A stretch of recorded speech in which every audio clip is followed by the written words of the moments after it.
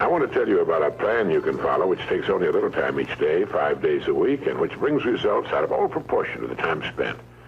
For a moment, consider the things your mind has brought you. Everything you have, your work, your relationship with your family and others, your philosophy of life, all come to you as a result of using your mind.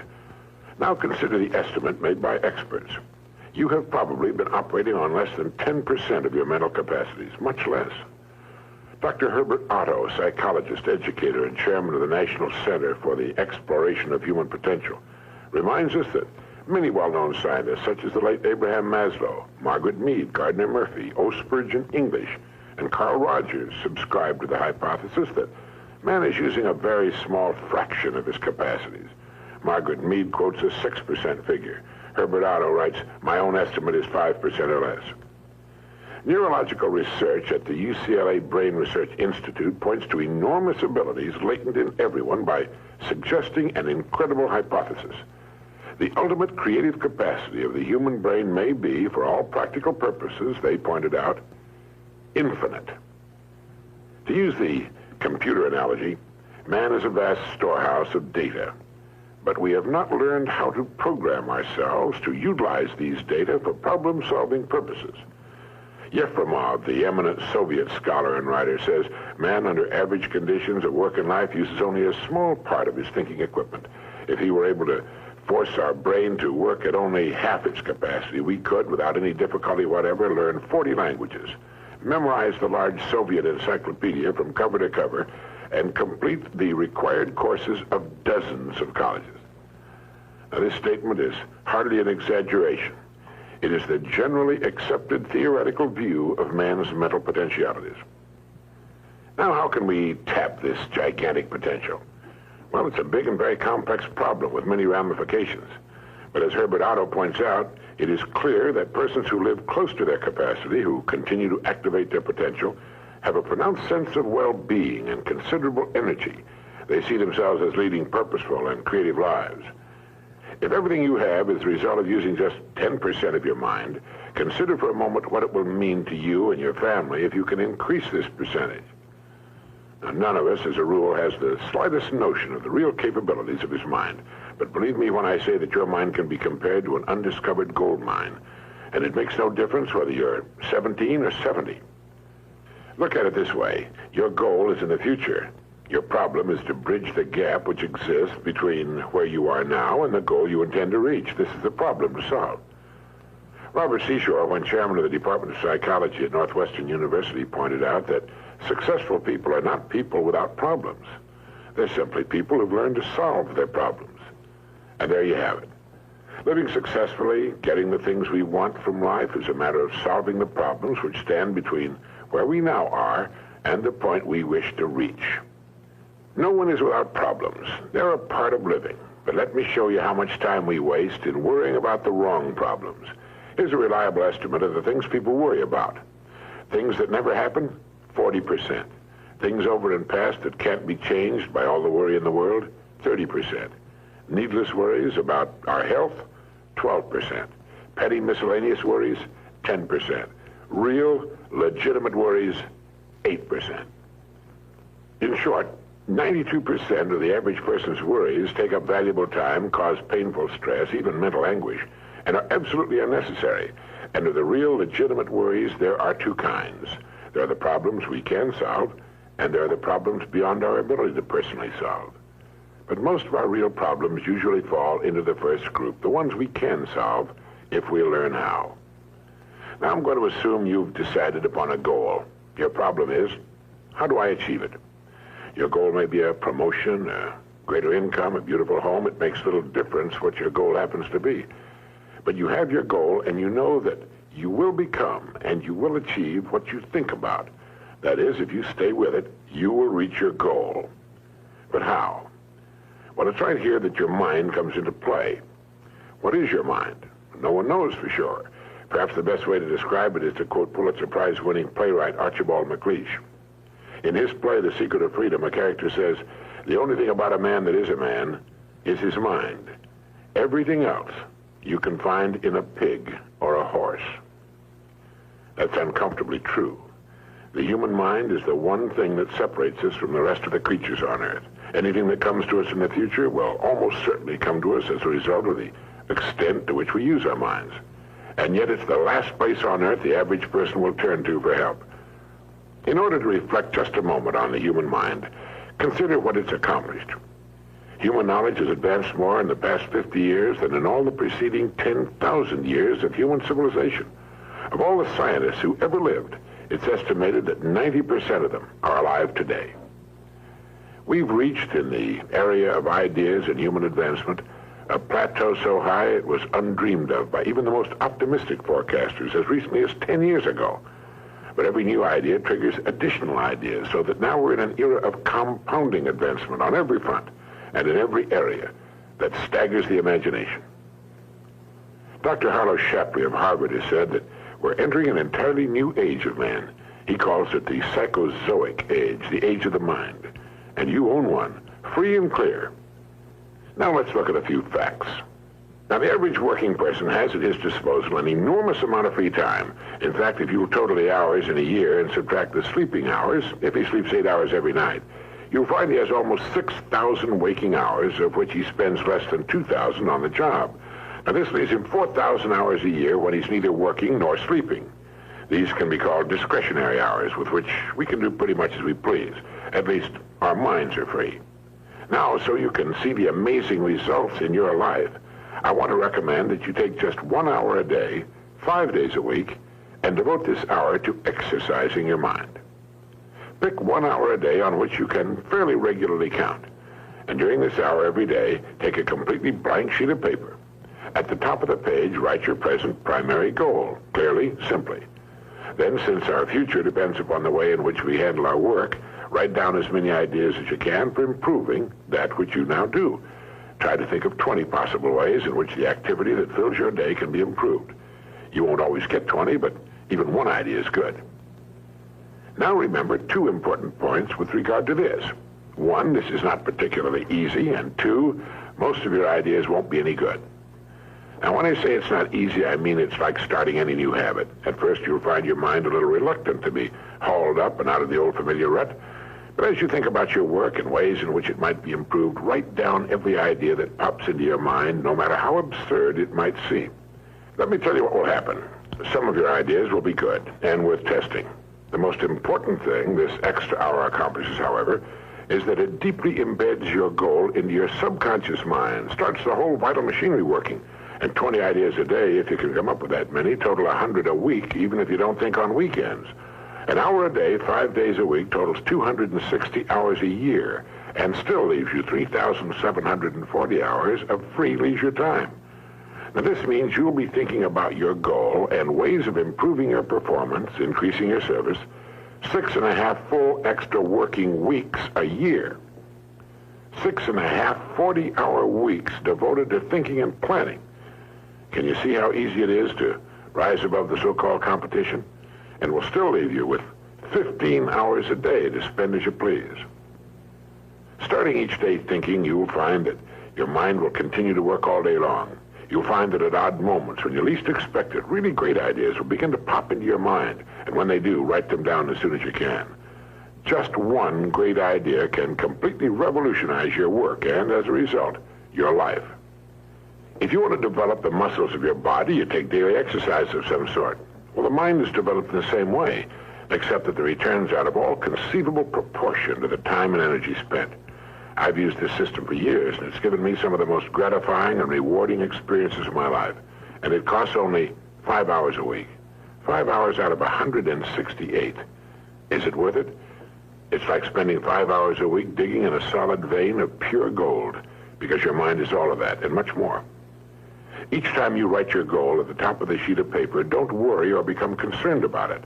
Think of it as only waiting to be reached, a problem only waiting to be solved.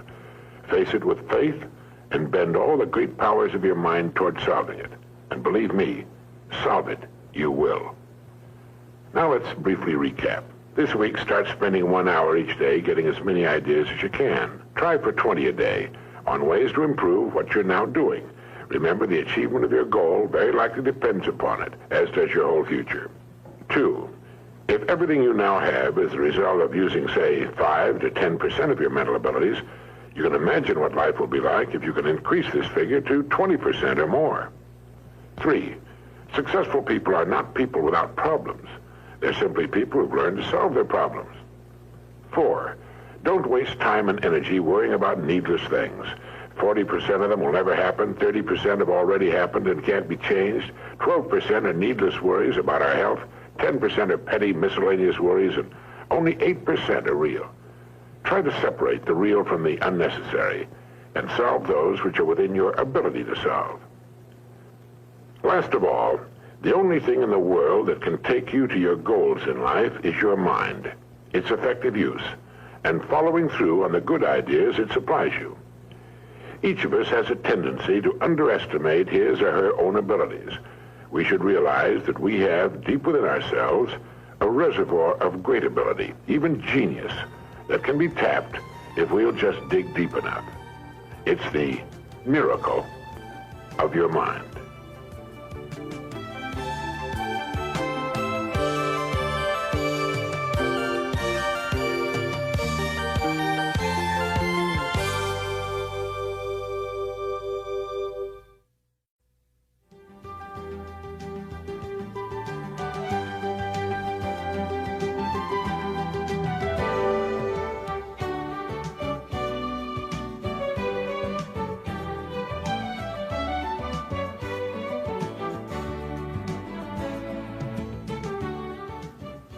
Every business, every organization, from the smallest to the very largest, needs a leader.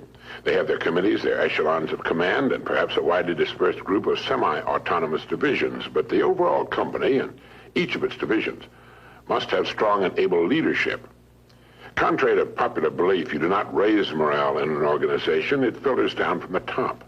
The attitudes of the people working in any organization will always reflect the attitude of the leader. And finally, this leader will always be found to be just one person.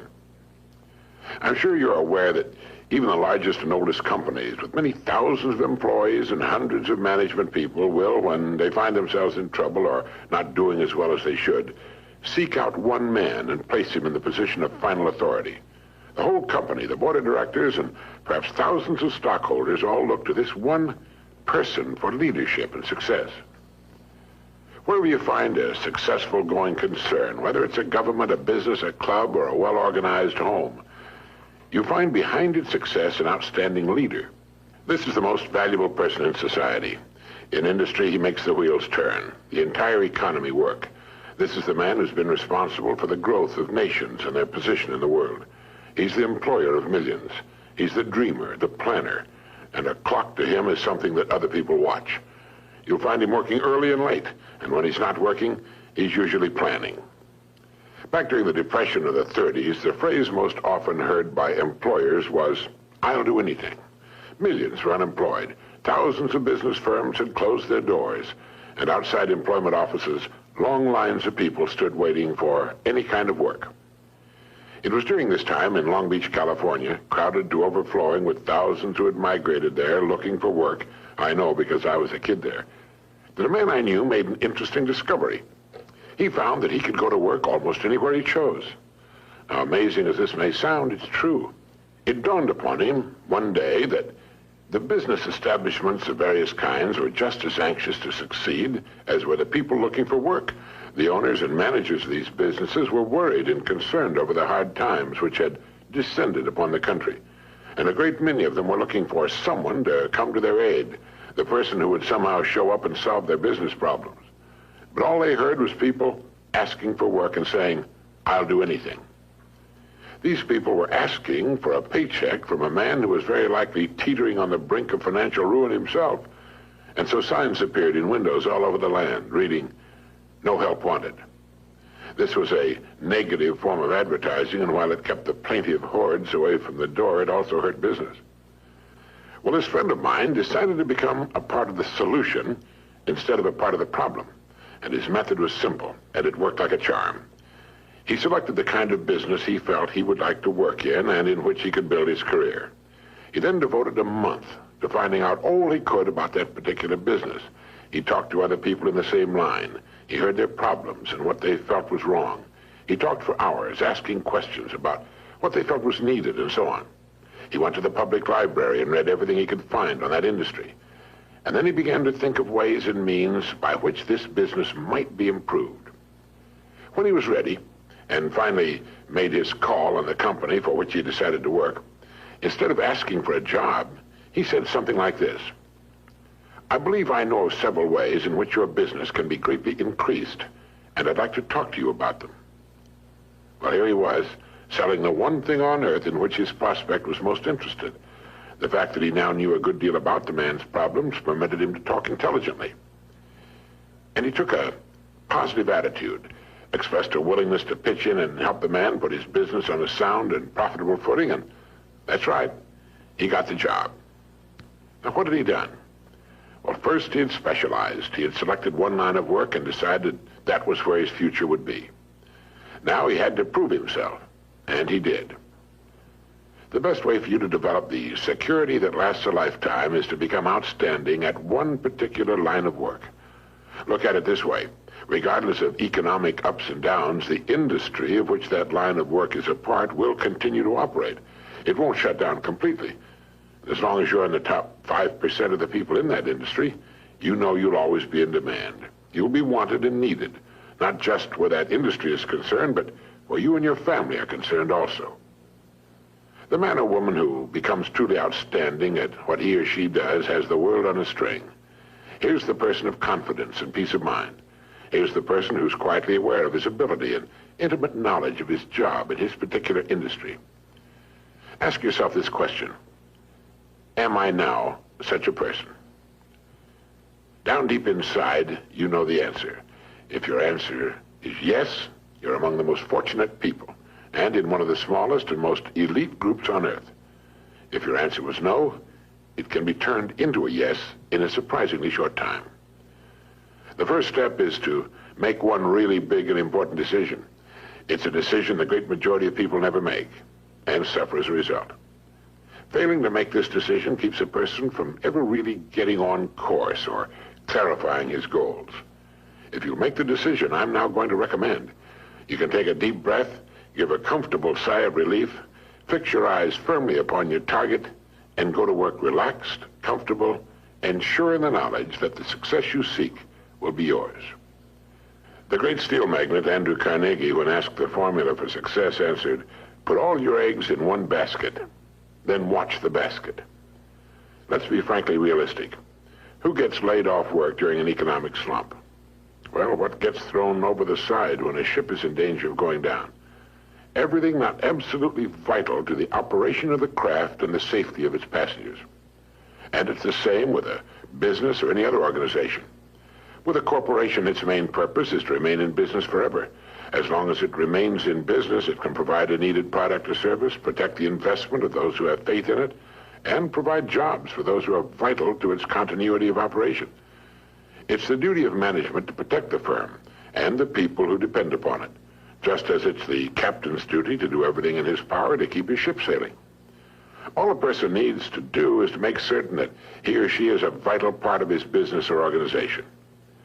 Those who insist on remaining spare gear must expect to be jettisoned when things get too rough for safety. Nobody, particularly the captain, likes to see cargo thrown over the side, but if it'll help save the ship, there's simply nothing else to do. That's why people are laid off. It has nothing to do with management and labor relations or personalities, and in the long run, it's best for everyone, since once smooth sailing has again been reached, additional employment can be made available. So each of us must decide whether we want to be part of the cargo or a member of the crew. It's said that millions suffer today from a malady called panophobia. Panophobia means fear of everything. It's an uneasy feeling, a feeling of insecurity that generally manifests itself as a sort of lump of fear that settles right behind the belt buckle, especially on Sunday evening and on Monday morning. And this extremely unpleasant condition is said to result from the unspoken but realized fact that we're getting credit for more than we're actually doing. It's the perfectly natural and normal understanding deep within each of us that there's something basically wrong about getting praise that's not earned, or if you're an employee, being paid for something you're not doing as well as you possibly can. Now, there's a simple cure for this malady. It's to throw ourselves not out of a window, but into activity, into our work. It's the decision to be worth more than we're being paid. Only in this way can we grow. It's overbalancing the scales in the service we give, knowing that our rewards must follow as a natural result. Now, anyone who will be honest with himself realizes that he's been happiest and most satisfied after having successfully completed a difficult job. You know, a leader is a person who can help others. A leader is any person who realizes the importance of becoming a bigger and better person with the passing of every day, week, and month. A leader takes the responsibility of his own growth. He's a planner, a thinker, a doer. Now, each of us can become such a leader in his own area of activity. It's not difficult, and in the long run, it's easier for us and on us than what at first may appear to be the easier of two courses. Simply fix your eye upon your goal, visualize it with every ounce of your being, and courageously set out toward it. Become a kind of sponge for information which will help you on your way. You don't have to waste years making the mistakes others have made before. You'll be surprised at how quickly you'll reach your goal. But don't be impatient. Know and have faith that what should come to you will come to you in the right time. Everything in the world works on the side of the person who works with nature's laws. And above all, if you should forget everything else, remember that everything about you, everything you will ever have, know, or experience in any way, operates as a result of a law that is true and unchanging, the law of the stars and of the balance of the world. As Emerson wrote, let him learn a prudence of a higher strain. Let him learn that everything in nature, even dust and feathers, go by law and not by luck, and that what he sows, he reaps. Look about you now. Take stock of your present situation, because it's nothing more nor less than the result of your past sowing. Are you happy with it? Is it what you want? Then you know what you must sow today and tomorrow and the next day, and in the sowing rest in the calm, serene, and cheerful certainty that having sown, you will then reap the rich results, the abundant harvest.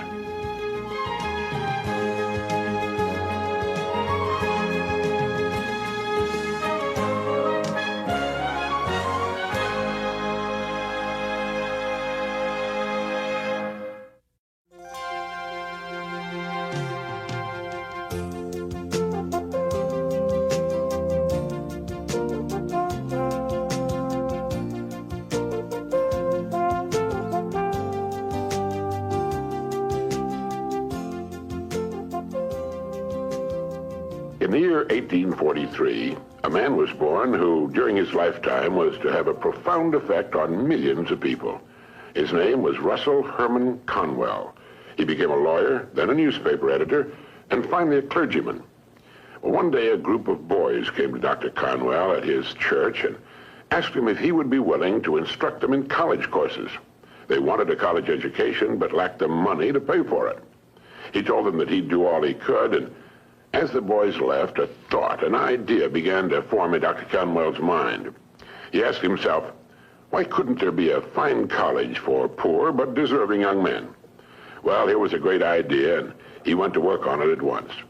Almost single-handedly, Dr. Conwell raised $7 million with which he founded one of the world's leading universities.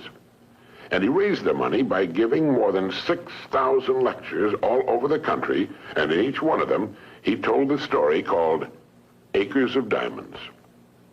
The story was the account of an African farmer who heard tales about other settlers who had made millions by discovering diamond mines. And these tales so excited the farmer that he could hardly wait to sell his farm and search for diamonds himself. So he sold his farm and spent the rest of his life wandering the vast African continent, searching unsuccessfully for the gleaming gems which brought such high prices on the markets of the world. Finally, in a fit of despondency, broke and desperate, as I remember the story, he threw himself into a river and drowned. Now, meanwhile, the man who had bought his farm one day found a large and unusual stone in a stream which cut through the property. And the stone turned out to be a great diamond of enormous value. And he then discovered that the farm was covered with them, and it was to become one of the world's richest diamond mines. The first farmer had owned literally acres of diamonds, but had sold them for practically nothing in order to look for them elsewhere. If he'd only taken the time to study and prepare himself, to learn what diamonds looked like in their rough state, and had first thoroughly explored the land he owned, he would have found the millions he sought right on his own property. The thing about this story that so profoundly affected Dr. Conwell and subsequently millions of others was the idea that each of us is, at this moment, standing in the middle of his own acres of diamonds. If we will only have the wisdom and patience to intelligently and effectively explore the work in which we're now engaged, we'll usually find that it contains the riches we seek, whether they be financial or intangible or both. There's nothing more pitiful to my mind than the person who wastes his life running from one thing to another, forever looking for the pot of gold at the end of the rainbow, and never staying with one thing long enough to find it. No matter what your goal may be, perhaps the road to it can be found in the very thing in which you're now engaged. You see, the average man believes some businesses are better than others, instead of realizing the truth that there are no bad businesses. There are just those people who don't know enough to see the opportunities in the work they're in. No matter what our work happens to be, it's our business. We're the manager. If there seems to be no future or opportunity in it, it isn't always because it's not there, but perhaps only because we can't see it. A farmer once poked a tiny pumpkin into an empty jug. The pumpkin grew until it completely filled the jug and could grow no more. When the farmer broke the glass, he had a pumpkin exactly the size and shape of the jug. If we're not careful, each of us can do a similar thing. We can mistakenly poke ourselves into jugs that limit our growth. But it is we who do the poking, not the job, not the company, nor the territory, nor the economy, nor the times. We do it. People who become outstanding at their work are those who see their work as an opportunity for growth and development, and who prepare themselves for the opportunities which surround them every day. Preparation is the key. This means becoming so good, so competent at what we're now doing, we will actually force the opportunities we seek to come our way. It takes imagination, creative imagination, to know that diamonds don't look like diamonds in their rough state, nor does a pile of iron ore look like iron or steel. Great opportunities lurk constantly in every aspect of the work in which we now find ourselves. In order to begin prospecting your acres of diamonds, start to develop a faculty called intelligent objectivity, the ability to stand off and look at your job as a stranger might, a stranger who considers your pasture greener than his own. To do this, start at the beginning. Within the framework of what industry or profession does your job fall? Do you know all you can know about your industry? How did it begin? Why did it begin? Who started it and when? What's your industry's annual dollar volume? How fast has it grown during the past 20 years? What's its projected growth during the next 10 years? In short, start now to become a student of your industry. You'll be amazed at the results. In 5 years or less, you can become a national expert in your field. And it's the experts who write their own tickets in life. Surveys indicate that the great majority of people seem to look at their jobs as being as far as they can go, as the end of the line. They need to realize how really desperately an expanding and dynamic industry needs and seeks the uncommon person who is prepared to share in its growth, how richly it will reward this person of vision and action. On the other hand, those who are not preparing and growing are not just standing still. In relation to their industry, they're going backwards. So ask yourself, do I know as much about my job and my industry as a good doctor or lawyer knows about his job, his profession? You should, you know. This is the attitude of the person who wants to become a professional at what he does for a living. It's far more fun, many times more rewarding and interesting, and the real pro can ride out occasional storms in the economic seas in a safe boat built of research and preparation. In order to become a professional in a world of amateurs, we need to study 3 important subjects. 1, our company and the industry in which it operates. 2, our job and perhaps the next step upward in our career. And 3, we need to study people, since successfully serving and getting along with people will determine our success or failure. These are 3 subjects on which you can gradually build a fine home library. Your bookstore clerk will help you find the right books if you'll tell him what you want to know. Frequently, all you need in order to make an enormous improvement is simply a reminder of things you've known but have forgotten. Perhaps this study and research in your job, your industry, and ways of increasing your service to others sounds like a big job. Well, it is. But it's fascinating, And in the long run, it pays tremendous dividends, builds complete security, and it can be accomplished in an hour a day devoted to reading and making permanent notes. Think of ways and means by which you can increase your contribution to your company, your industry, and those whom you serve. You'll begin to notice a wonderful change in your world. For as ye sow, so shall ye reap. This applies just as much to the family as it does to the breadwinner. The minute you adopt this attitude, you've joined the top 5% of the people of the world. You've virtually removed all competition. You're creating rather than competing. You're affecting life rather than just being affected by it. You're becoming a creator and a giver to life instead of just a receiver. By taking this attitude toward your work, your company, and industry, you're automatically taking care of two vital parts of successful living. First, you'll find yourself becoming more interested and enthusiastic about your work and its future, and both interest and enthusiasm are contagious. And second, you're building financial security which will last a lifetime. So keep this thought in mind as often as you can on and off the job. Somewhere in your present work, there lurks an opportunity which will bring you everything you could possibly want for yourself and your family. It will not be labeled opportunity. It will be hidden in common, everyday garments, just as was the hairpin with which a man fashioned the first paperclip, or the dirty drinking glass which triggered the paper cup industry. Now, in closing, here are 12 points to remember. 1, if we'll develop the wisdom and patience to intelligently and effectively explore the work in which we're now engaged, we will very likely find it contains the riches, tangible and intangible, we seek. 2, before we go running off into what we think are greener pastures, let's realize our own pasture is probably unlimited. 3, there are no bad jobs. It's the way in which we go about our work that makes it good or bad. 4, let's not poke ourselves into jugs beyond which we cannot grow. Let's avoid self-limitation. 5, only preparation can ensure our taking advantage of the opportunities which will present themselves in the future, opportunities which are around us now. Let's begin to prepare now. 6, put your imagination to work on the many ways and means of improving what you're now doing. 7, learn all you can about your job, your company, and your industry. 8, since there's no limit to the growth of your industry, it must follow there's similarly no limit to your growth potential within that industry.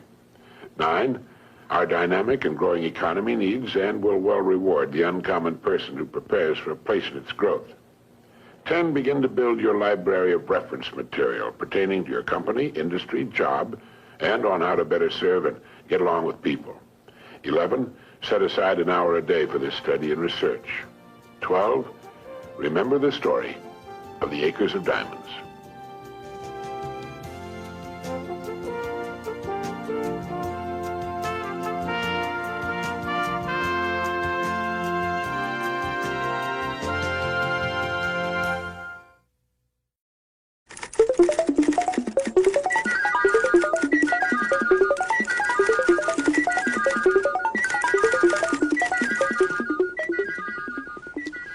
A father sat down for a chat with his 16-year-old son. The father's a good friend of mine and an excellent salesman, so he had a pad of paper and a pen with him, because it's always better if you can illustrate your point while you're making it. And while his son watched with interest, Jim drew a fairly good likeness of a goose. And behind the goose, he drew 3 eggs. And he said to his son, "Now, Jimmy, those are golden eggs. And that's the goose that lays the golden eggs. Now, if you had your choice of buying one or the other, which would you buy?" And his son said, "Why, I'd buy the goose, of course." "Of course you'd buy the goose," his father said. "You'd invest your money in the goose because it could go on laying those golden eggs for years." "Sure," his son said, "anyone would." "Yes," Jim went on, "anyone would if they were presented it in this way. But the fact of the matter is, son, that most people have the exact opportunity, and yet they invest in eggs instead of the goose." Now the boy was quite interested, and he asked his father what he meant, and his father said, "In this little quiz I've given you, the goose and the golden eggs are, of course, symbolic. The golden eggs people invest in are represented by their homes, cars, television sets, furniture, refrigerators, stoves, boats, vacations, all the good things they can buy. All the good things everyone wants to have and should have." "Well, what's wrong with that?" the boy asked. "Well, there's nothing wrong with that, Jimmy. It's just that most of them invest in golden eggs exclusively, and don't invest enough in the goose that provides all these golden eggs. You see, the goose that lays the golden eggs is the breadwinner. The more money invested in him, the more golden eggs he can provide. Now, take you, for example, Jimmy, he said. You're 16, and like most boys your age, you don't know what you want to do with your life yet. You're confused. You haven't really been giving your best to your schoolwork because you're not sure you'll need a lot of the subjects you're studying after you get out of school. And not knowing what to do after you're an adult, you don't know what you'd want to major in at college. Now, what I want you to understand is that as long as you're getting an education, you're investing, we're both investing in this goose. The more we invest here, the more golden eggs you'll be able to provide for yourself and your family someday. And if you're really smart, you'll never stop investing in the goose, even after college. Each year, you'll invest a percentage of your income in your continuing education. And each year, you'll find, well, that you're becoming more valuable as a person, able to provide still more and more of these golden eggs you and your family will want. Do you understand that, Jimmy? The boy was silent a long time, and he said, "Yes, I think I do, Dad. I think I do." Now, just a moment for this message.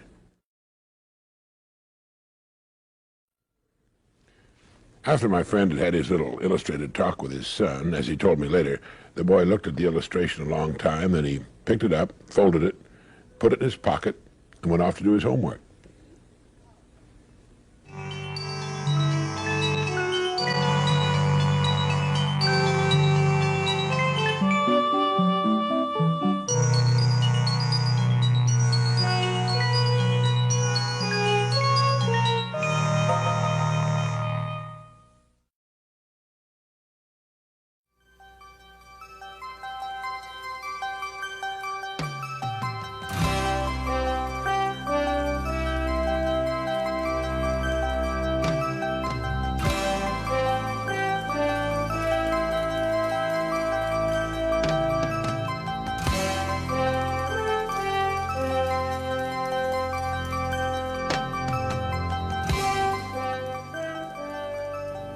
I'm sure you find it as amazing as do the rest of us that the great majority of people have to learn things the hard way.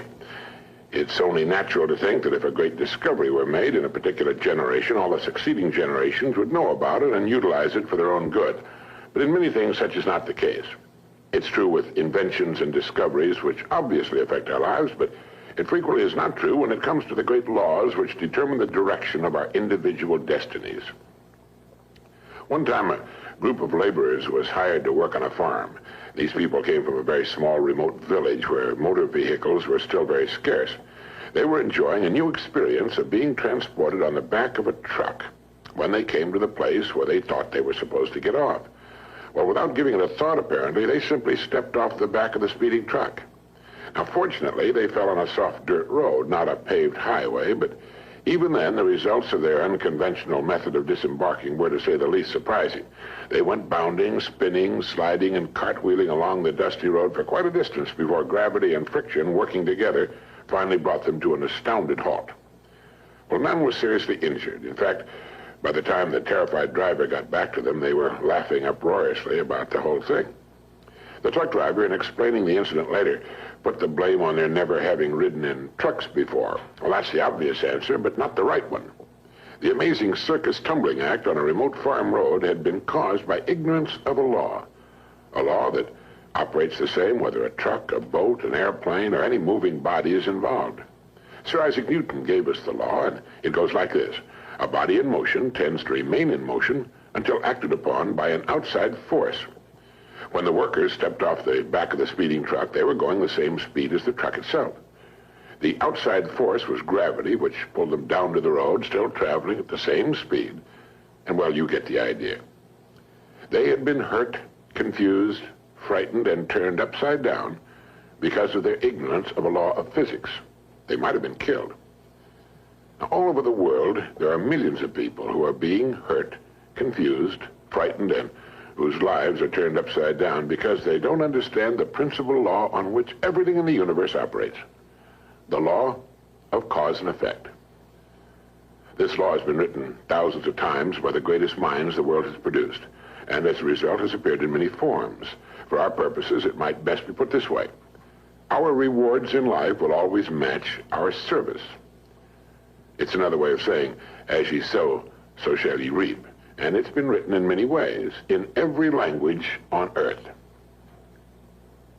I like to think of this law in the form of a giant apothecary scale.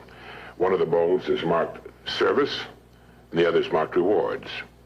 Now, whatever we put into the bowl marked service, the world will match in the bowl marked rewards. If any person alive is discontented with his rewards, he should examine his service. Action, reaction. As ye sow, so shall ye reap. What you put in will determine what you must get back in return. So simple, so basic, so true, and yet so misunderstood. If a business is not expanding to the quick and exciting tempo of the times, it must examine its contribution, its service. If a person is unhappy with his income, he must examine and reevaluate his service. Never before in the history of the world have human beings been so interdependent. It's as impossible to live without serving others as it would be to live if others were not constantly serving us. And this is good. The more closely knit this interdependence becomes, the greater will be human achievement. We all seek rewards, and we should understand that rewards come in two forms, tangible and intangible. That is, rewards include the money we earn, the home we buy, the car we drive, the clothes we wear, and they also include the way we feel, our happiness, our peace of mind, our inner satisfaction, the people we meet and enjoy.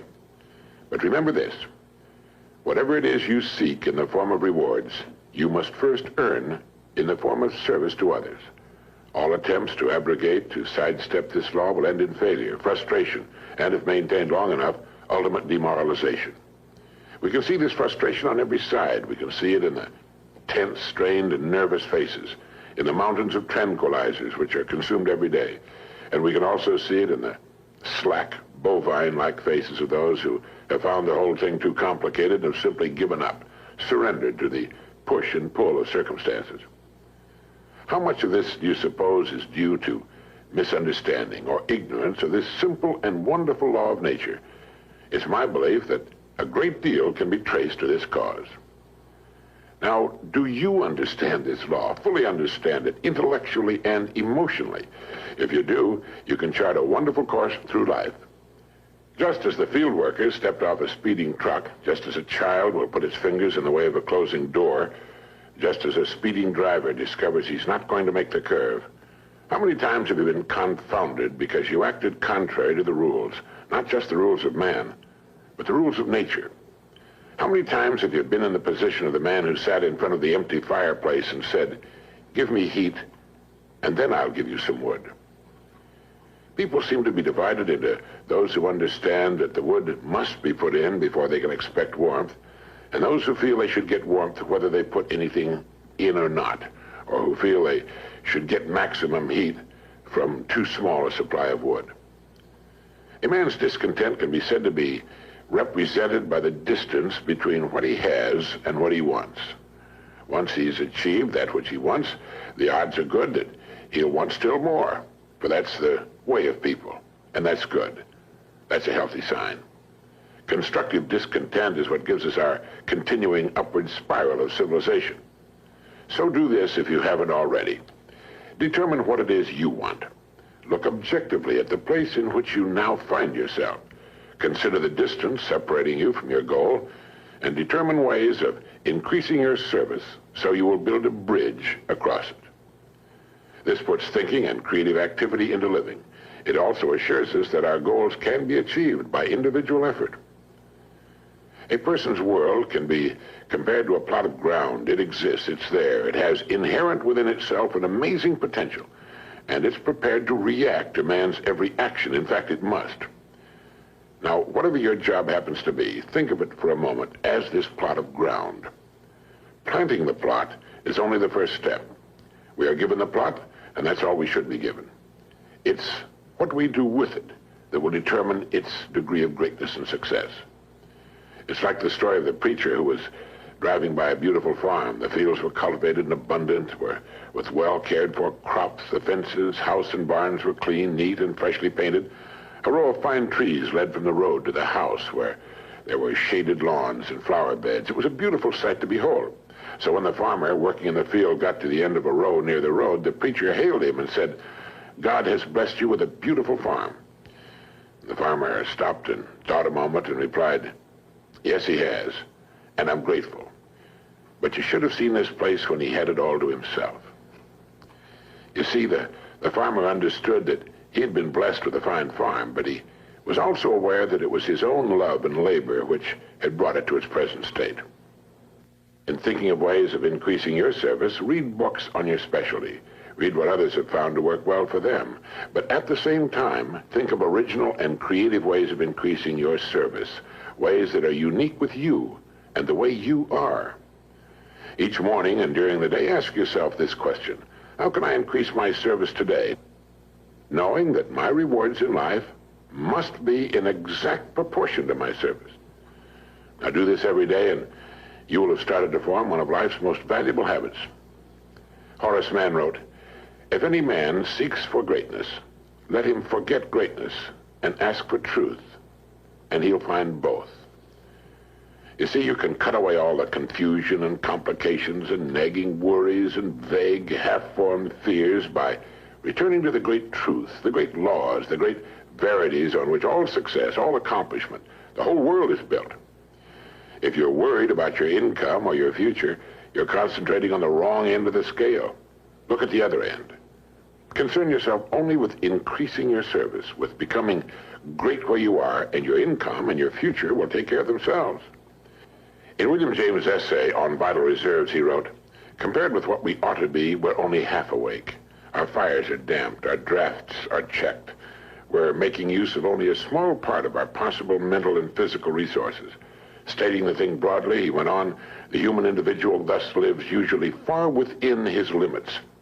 He possesses powers of various sorts which he habitually fails to use. He energizes below his maximum, and he behaves below his optimum." All right, how can we correct the situation? William James gave us the answer. He wrote, "Either some unusual stimulus fills them with emotional excitement, or some unusual idea of necessity induces them to make an extra effort of will. Excitement, ideas, and efforts, in a word, are what carry us over the dam." All right, let your goal represent the excitement. Your ideas and efforts will weigh down the service end of the scale, and the rewards must and will follow. They'll be yours. They are yours the moment you realize this truth.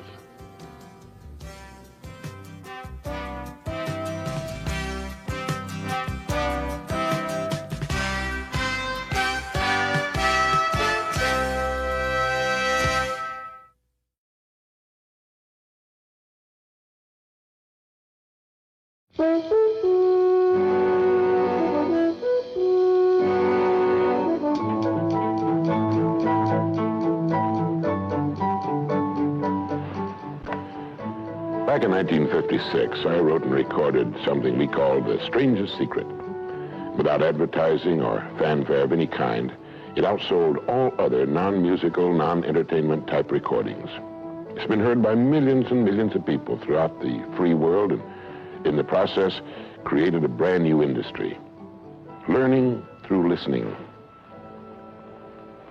On one of these solid-state cassette tape players. This player has revolutionized the learning process. Now people listen in their automobiles while driving to and from work and on sales calls, time that was formerly wasted, on their commuter train with the little earpiece, in the bathroom while shaving in the morning, at the dinner table with the children gathered around the table and the whole family together for a change. This has made a tremendous difference in the business of learning. But getting back to The Strangest Secret, what makes a bestseller? What was there about that recording that caused millions of people to want to hear it over and over again and let their children hear it and play it for their employees and their sales forces? Well, I'm making a talk here today in which I'll cover the highlights and philosophy of The Strangest Secret, and I'd like to invite you to join us, and I hope you find it of some value.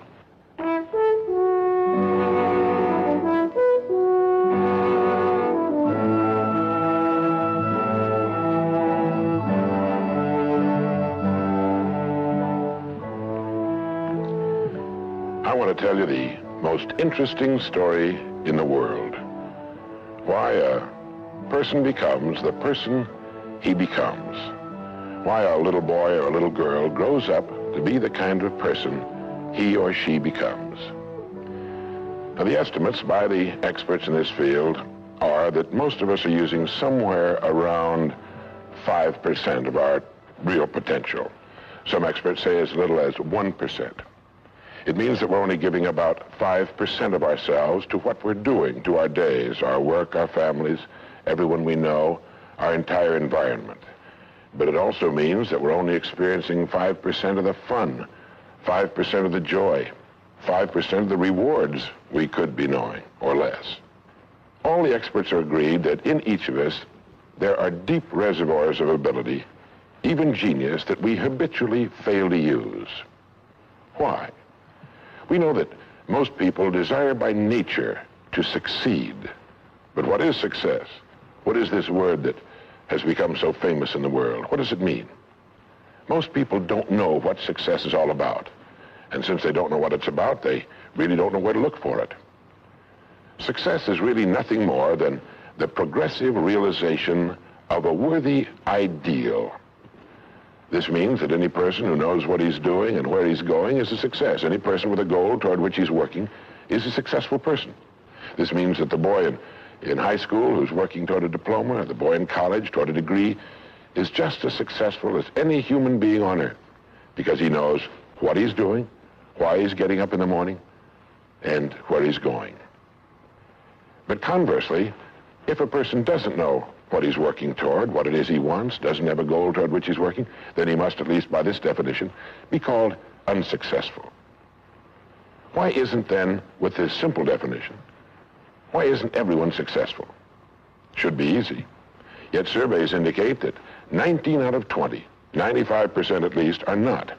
In fact, a survey one time asked thousands of working men why they got up in the morning and went to work, and 19 out of 20 didn't know. 19 out of 20 working people didn't have the foggiest notion of why they got up in the morning and went to work. Under closer questioning, they said, well, everybody works. Well, that would be a good reason to quit. In fact, here's a little rule of thumb you might want to remember. Whatever the great majority is doing under any given circumstance, if you do exactly the opposite, you'll probably never make another mistake as long as you live. Just something to keep in the back of your mind. The problem with most people is that they're playing the world's most unrewarding game. And the name of the game is follow the follower. There's a story about a small town in which there was a jewelry store, and like all jewelry stores, or most jewelry stores at least, he had a big clock in his window. And every morning for years, he'd noticed a working man stop, adjust his pocket watch to the same time as the clock in the window.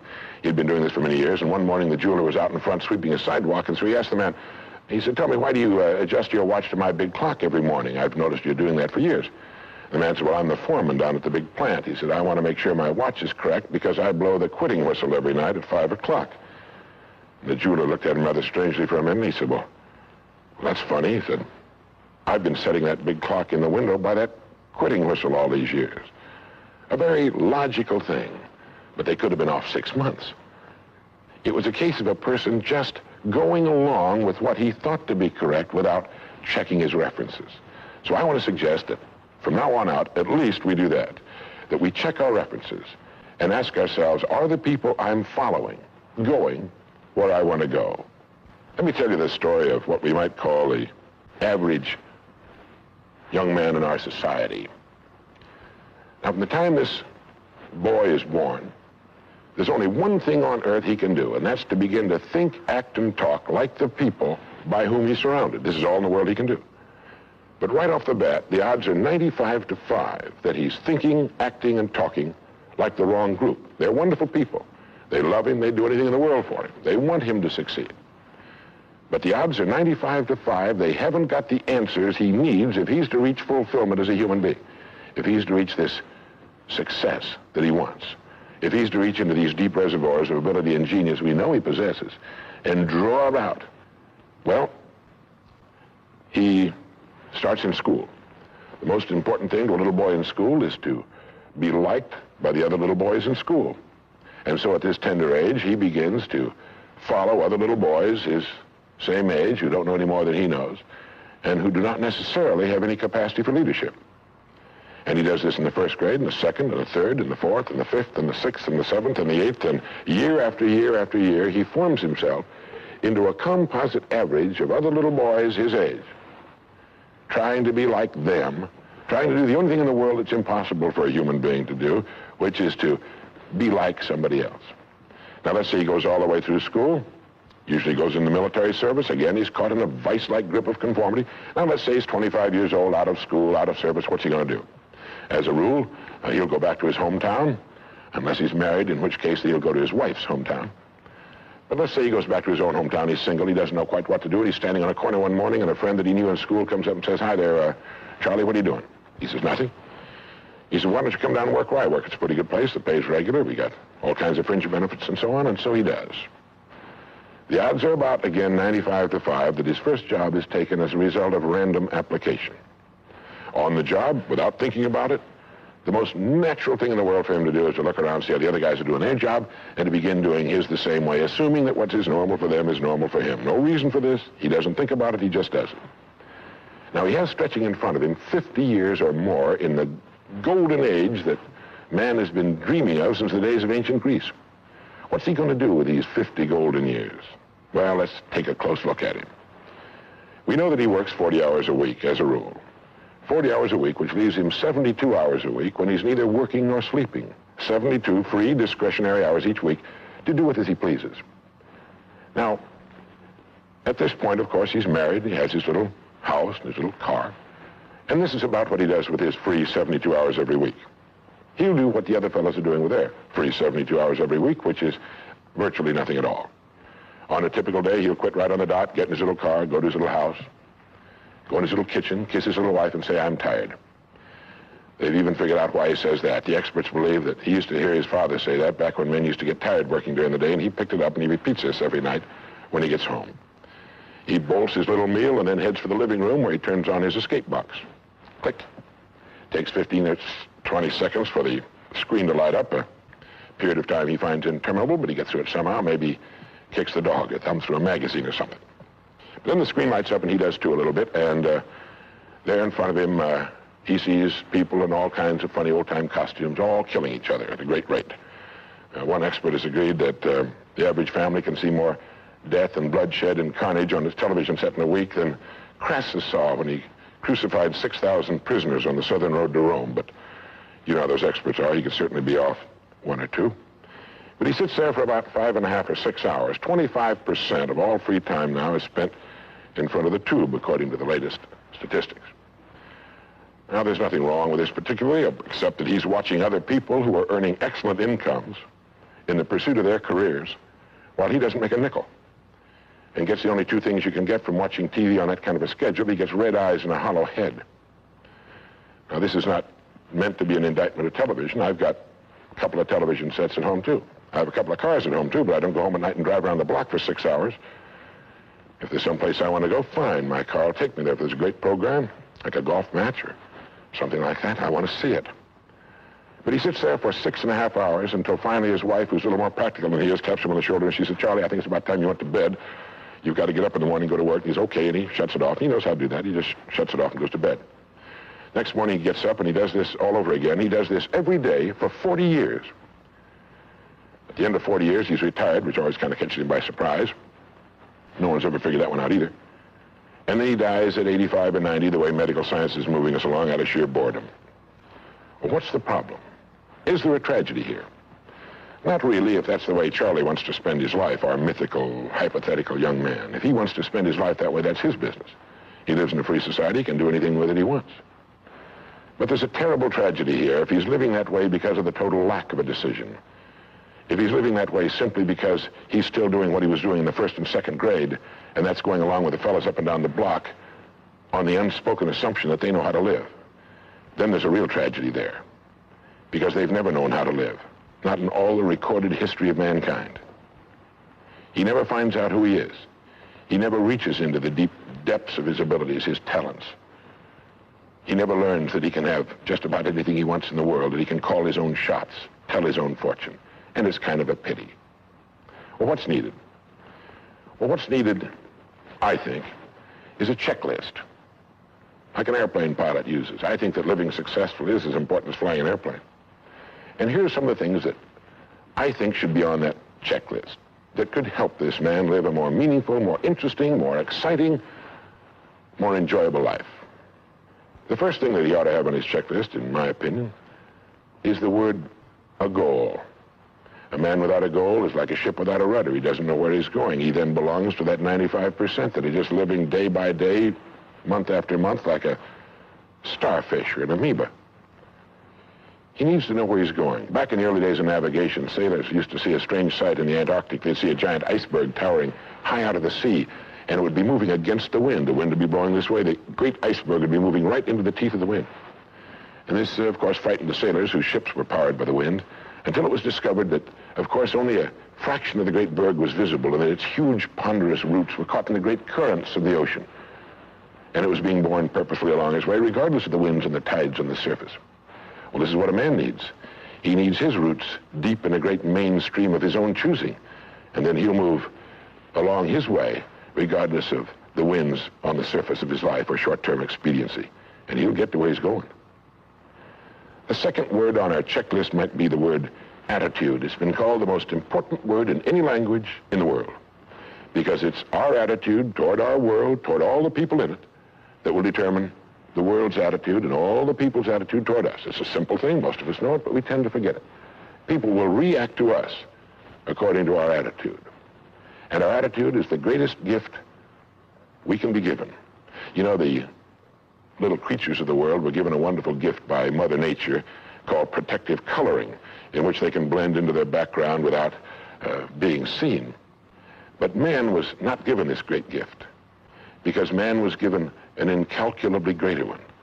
Only man has the godlike power to make his surroundings change to fit him, because his environment will change as he changes. A man's environment is a merciless mirror of him as a human being. And if he thinks his environment can stand a little improvement, all he has to do is improve, and his environment will improve to reflect the changing man. Third would be the word think. To think. The highest function of which a human being is capable. It was put pretty well by the great Pulitzer Prize-winning playwright Archibald MacLeish in his great play, The Secret of Freedom, in which he has one of his characters say, "The only thing about a man that is a man is his mind. Everything else you can find in a pig or a horse." It's true. And so if we're going to develop something, this is a good place to start. To think deliberately and with a purpose.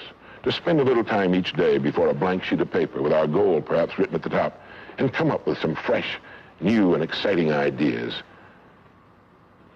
The next point on our checklist you might call the law of laws. That's what Emerson called it, this great old law of cause and effect. That our rewards in life will always be in exact proportion to our contribution, to our service. We all know this, really. We tell our children in Sunday school that as ye sow, so shall ye reap, but we forget that that's true. If a man is unhappy with his rewards, all in the world he's got to do is find ways of increasing his contribution, his service. It's like the story of the preacher who was driving down a country road, and all of a sudden he came to the most magnificent farm he'd ever seen in his life. It was beautiful. And so he saw the farmer approaching the road on his tractor, and so he hailed him, and he said, "My good man," he said, "God has certainly blessed you with a magnificent farm." And the farmer thought for a moment, and he said, "Yes, you're right, he certainly has. But you should have seen this place when he had it all to himself." And the preacher had his sermon for the next Sunday. He realized that all the farmers up and down that road had been given the same land, but one man had made something great out of it. Well, all of us are given the same land. We're given a human life, and each of us can make something great out of it too if we want to. The next point might be simply the word truth. Since everything we do has an equal and opposite reaction, unless what we're doing is based on truth, we're building on sand, and it can't stand. The next point would be R&D, research and development. None of us would want to work for a company or invest our money in a company that didn't have a very viable research and development department. That is, pumping a good percentage of its profits back into research and development because its future depends on it. But so does a man's. And you might ask yourself, how much of your own take-home pay have you spent during the past year for materials calculated to make you smarter this year than you were a year before, calculated to make you a little better, a little bigger as a human being, to perhaps love a little more and hate a little less and do a little better job than you did a year ago. How much money are you pumping back into yourself and your future? It's worth thinking about. And finally, the strangest secret.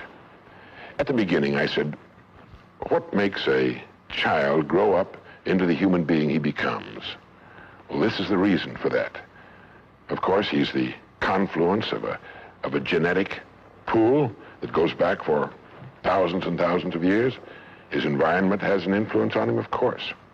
But what makes him become the person he becomes is that he becomes what he thinks about most of the time. It's as simple as that. We become what we think about most of the time. And that's the strangest secret. This is why thinking is so vital. This is why a goal is so important. Because we will become that. This is why people who set goals achieve them. The trouble with men is not in achieving their goals. They do that. It's in establishing them. Well, that's about it. I think it's good to remember that if we just go along with the crowd, we won't wind up with much more than the wish that we could do it all over again, and as far as we know, you can't. If we want to amount to anything as individuals, we need individual goals, individual thinking, individual actions, and we must never conform to the big group. We must love them, we must help them, we must serve them, because our whole success will depend on our ability to do these things. But never lose our own individuality and our identity by permitting ourselves to become submerged in what has historically proved itself to be little more than a suffocating sea of indirection and purposelessness. If we want to emulate someone, fine, but let's be choosy in whose steps we follow. It's the only life we've got. And remember to think. Imagination is everything, and we can become what we can imagine. If you find yourself getting depressed and down at the mouth, as we all get once in a while, you might want to remember this quotation by Dean Briggs. He said, do your work. Not just your work and no more, but a little more for the lavishing's sake. That little more which is worth all the rest. And if you suffer as you must, and if you doubt as you must, do your work. Put your heart into it, and the sky will clear. And then out of your very doubt and suffering will be born the supreme joy of life. Believe it or not, in an age when we've come to nearly deify leisure time, we've almost lost sight of the fact that virtually all our satisfactions, rewards will come not from our leisure, but from our work. And don't forget the strangest secret. We become what we think about.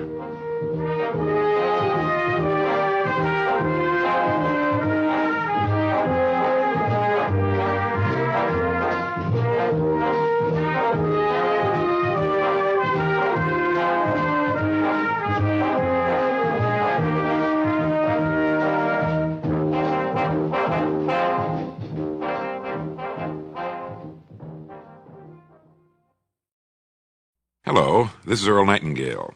In this recording, the magic word is the first of 12 you'll receive in this series titled, How You Can Lead the Field in the Modern World.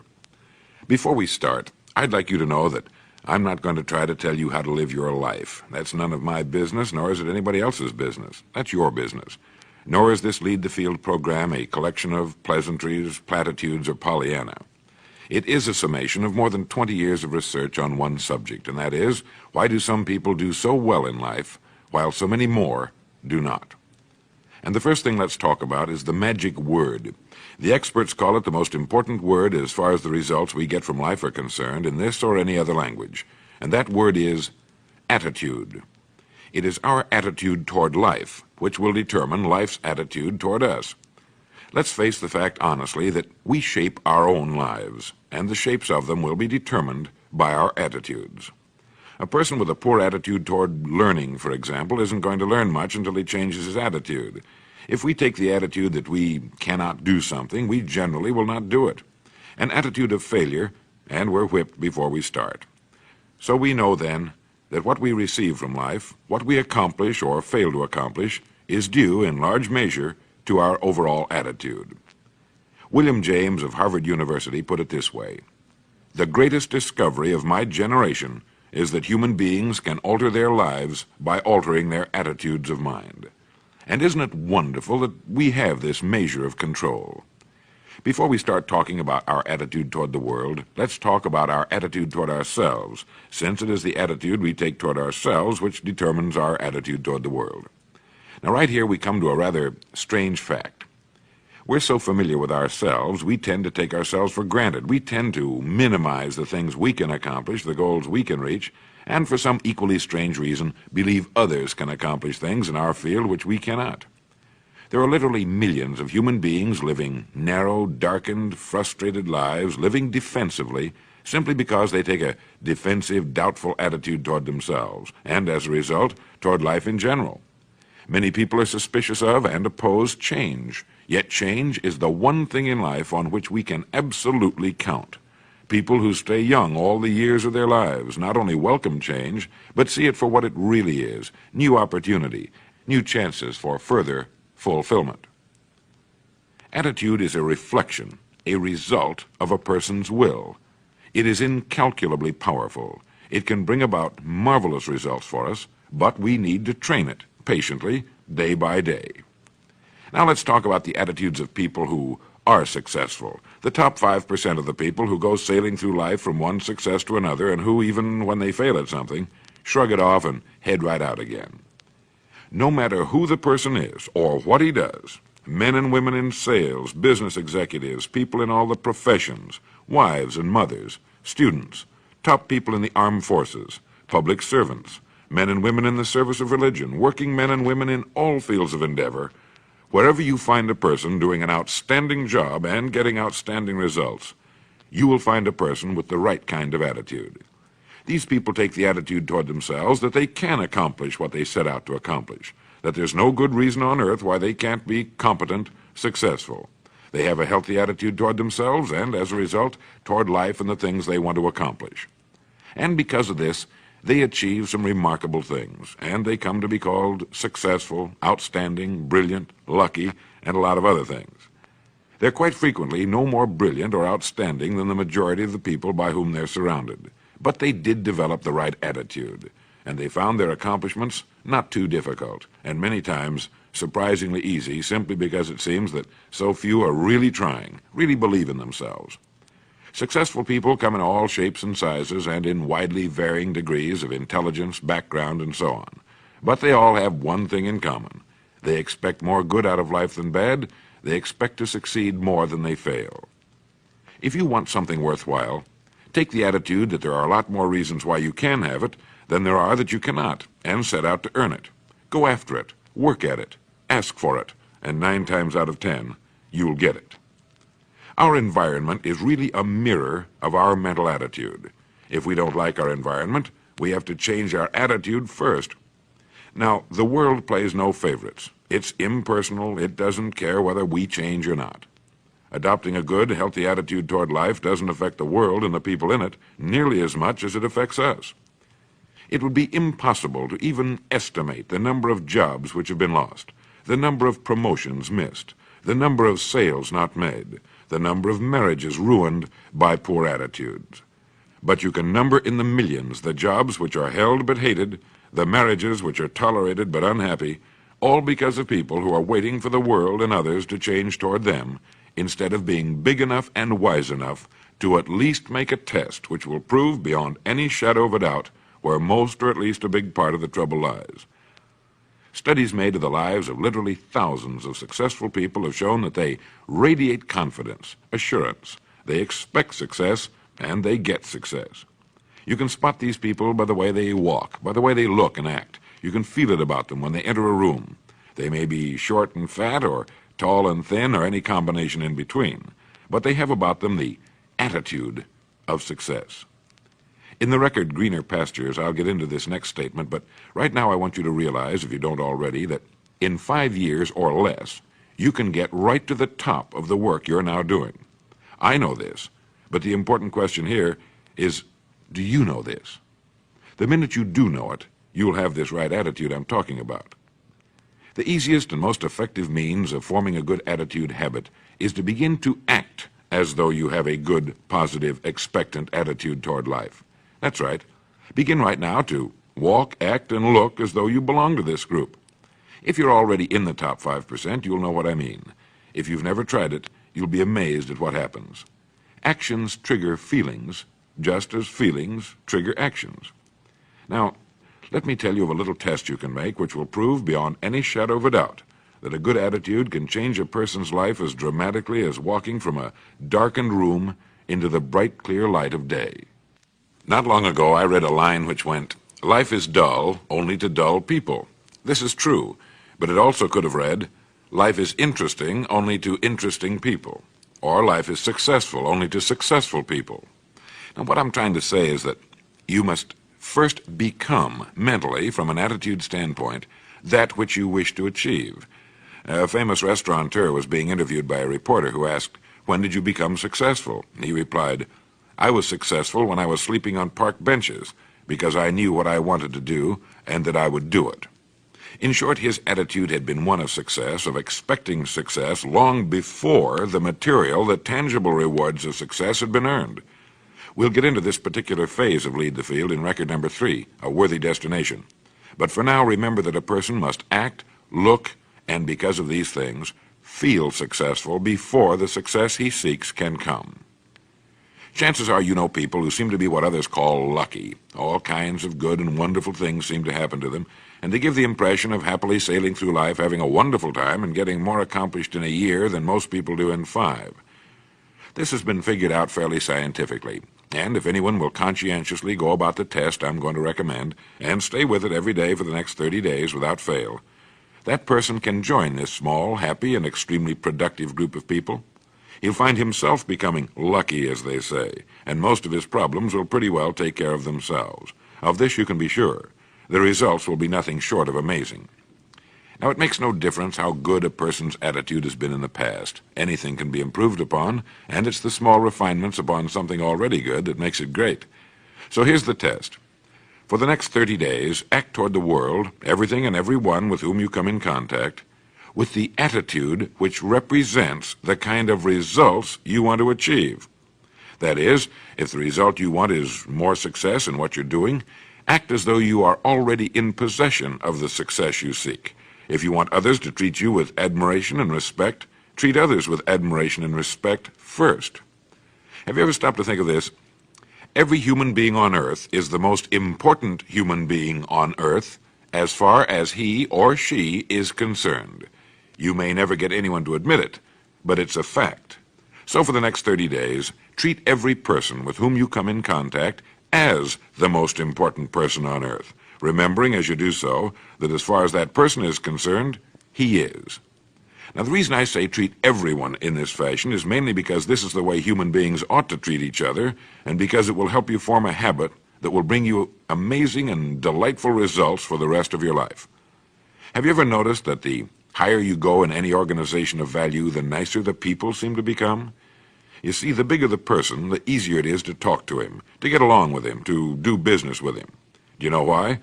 It's because he's got a good attitude, and people with the best attitudes just naturally gravitate toward the top. So for 30 days, act toward others and the world at large in exactly the same manner you want the world and others to act toward you. Treat your wife or husband as the person he or she really is, the most important person in your life, and the same with the children. Carry out into the world each morning for 30 days the kind of attitude you would have if you were the most successful human being on earth. And notice how it quickly develops into an habitual attitude. When a person does this, he should realize he has already placed himself on the road to what he seeks. He is right now in the top 5% of the people in this or any other country. He has prepared the ground and planted the seed. He has made of himself a magnet, an embodiment of that which he seeks. Before metal can be cast into a desired shape, the mold, the expectant receptacle, must first be fashioned. Before a building can be erected, the excavation must be made and the foundation laid. And before a person can achieve the kind of life he wants, he must become that kind of individual. He must think, act, talk, walk, and conduct himself in all of his affairs as would the person he wishes to become. He is then actually that person, and the things that person would have and do will naturally come to him. Almost immediately, a change will be noticed. Irritations that used to frustrate and annoy disappear. When some less informed individual gives you a bad time, stay on the track. When someone cuts in front of you with his car or acts in any other manner that shows his ignorance and lack of courtesy, don't permit yourself to drop to his level. Pity him, for that's what he really deserves. That's the very group a person doesn't want to belong to, and if he acts like them, well, let's face it, he belongs with them. There's nothing in the world that men, women, and children want and need more than the feeling that they're important, that they're needed and respected. They will give their love, their affection, their respect, and their business to the person who fills this need. So the magic word is attitude. And in summing up, a few points to keep in mind. 1, it is our attitude at the beginning of a task which, more than anything else, will affect its successful outcome. 2, it is our attitude toward life which determines life's attitude toward us. 3, we are interdependent. It is impossible to succeed without others, and it is our attitude toward others which will determine their attitude toward us. 4, before a person can achieve the kind of life he wants, he must become that kind of individual. He must think, act, talk, walk, and conduct himself in all of his affairs as would the person he wishes to become. 5, the higher you go in any organization of value, the better will be the attitude you'll find. 6, your mind can hold only one thought at a time, and since there's nothing at all to be gained by being negative, be positive. 7, the deepest craving of human beings is to be needed, to feel important, to be appreciated. Give it to them, and they'll return it to you. 8, look for the best in new ideas. As someone said, I've never met a person I couldn't learn something from. 9, don't waste valuable time broadcasting personal problems. It probably won't help you. It cannot help others. 10, don't talk about your health unless it's good. 11, radiate the attitude of well-being, of confidence, of a person who knows where he's going. This will inspire those around you, and you'll find good things will begin happening to you. And 12, lastly, for the next 30 days, treat everyone with whom you come in contact as the most important person on earth. If you'll do this for 30 days, you'll do it for the rest of your life. In the next recording, I'll talk to you about greener pastures. But now in closing, remember the words of Walter Dill Scott of Northwestern University. Success or failure in any undertaking is caused more by the mental attitude even than by mental capacities. Thank you. For some time now, I've been interested in a discovery about human behavior called self-image psychology. You may already be familiar with the self-image idea. This is the principle that each of us is controlled by his mental picture of himself. If you've thought much about it, I'm sure you agree that a good self-image is vital to our happiness and to the achievement of our goals in life. But if you aren't yet familiar with this new idea, let me introduce it by quoting my old friend Dr. Maxwell Maltz, who said, "The most important psychological discovery of this century is the discovery of the self-image." Our self-image is our own conception of the sort of person I am. Each of us builds a self-image out of his beliefs about himself. It's unconsciously formed from past experiences, our successes and failures, our humiliations and triumphs. It determines the way we interpret other people's reactions to us. In short, this mental picture we have of ourselves turns out to be a kind of life-governing device. Now, that's the most significant part of the whole self-image principle, that our mental picture determines our interpretation of everything that goes on about us, our reactions to life and other people, our feelings, thoughts, actions, even our abilities. We are the person we believe ourselves to be, if we're anywhere near normal, and we're consistently that person in everything. Now, it's interesting, isn't it? It's exciting, too, when we realize that our self-image can be changed. If for one reason or another we've developed an image that's too limited to permit our achieving maximum results in life, that image can be enlarged, improved. There's one point to keep in mind here, though. We can't outgrow the limits we impose on ourselves. Our thoughts, habits, even our abilities must be those of the person we believe ourselves to be. We can set new limits in place of old ones, but we can't surpass the limits of our current self-image. There's a story about a Wisconsin farmer who was walking through his fields one day when he stumbled over a little glass jug in his pumpkin patch. Out of curiosity, he poked a young pumpkin through the neck of the jug, being careful not to break the vine. Then he placed his little experiment back on the ground and walked away. When harvest time came, the farmer was working his way down a row of big ripe pumpkins when he again came upon the glass jug. But this time it looked different. Picking it up, he discovered that the young pumpkin he had poked inside now completely filled its glass prison. Having no more room, it had stopped growing. The farmer broke the jug and held in his hand a runt pumpkin, less than half the size of all the other pumpkins and exactly the shape of the jug. Well, people aren't pumpkins, but our self-image is something like that jug. It determines the size and kind of person we become. The similarity ends with the fact that we can remove our self-imposed limitations by enlarging our self-image. We form a mental picture of ourselves through experience, and we can change that picture the same way, through experience. If the actual experience we need is not available to us, we can, according to self-image psychology, create that experience synthetically. Now, scientists agree that the human nervous system is incapable of distinguishing between actual experience and the same experience imagined vividly and in complete detail. Worry is a good example of this synthetic experience. When a person worries about something, he projects himself mentally, emotionally, even physically, into a situation that hasn't even occurred. The man who worries intensely about, well, say, failure, finds himself experiencing the same reactions that accompany actual failure, feelings of anxiety, inadequacy, and humiliation, and eventually headaches and an upset stomach. As far as his mind and body are concerned, he has failed, and if he worries about it long enough, if he concentrates on failure intensely enough, he will upset himself to the extent that he will fail, and he'll get sick. Now, everything can be used in either of two ways, positively or negatively, constructively or destructively. Worry is the negative use of creative imagination. It's a negative synthetic experience. But most people apparently never realize that positive results, just as real as the negative results of worry, can be achieved through using our imagination constructively. Our minds are complex and marvelous, but like electronic computers, they can only act on the data we feed them.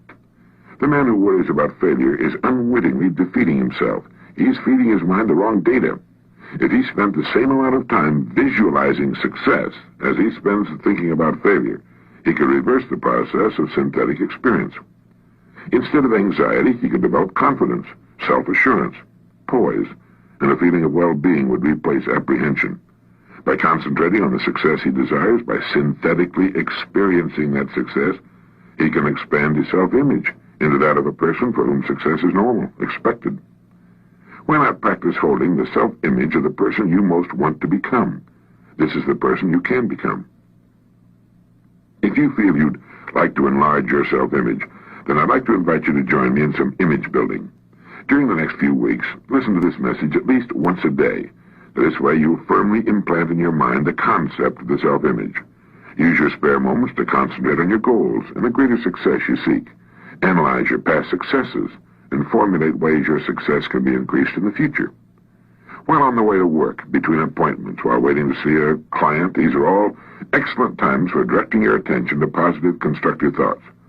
Put more into the positive use of your imagination than you ever put into its negative use, worry.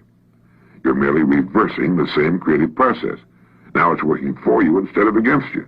Now, since the mind works best when we feed it only one set of instructions, do not worry if you can help it during the course of this exercise.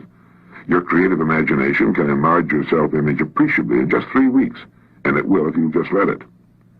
Nobody pokes us into glass prisons beyond which we can't grow, but all too often, almost unknowingly, we set unnecessary limits for ourselves by holding a self-image that's restricted, inadequate for the full realization of our potentialities.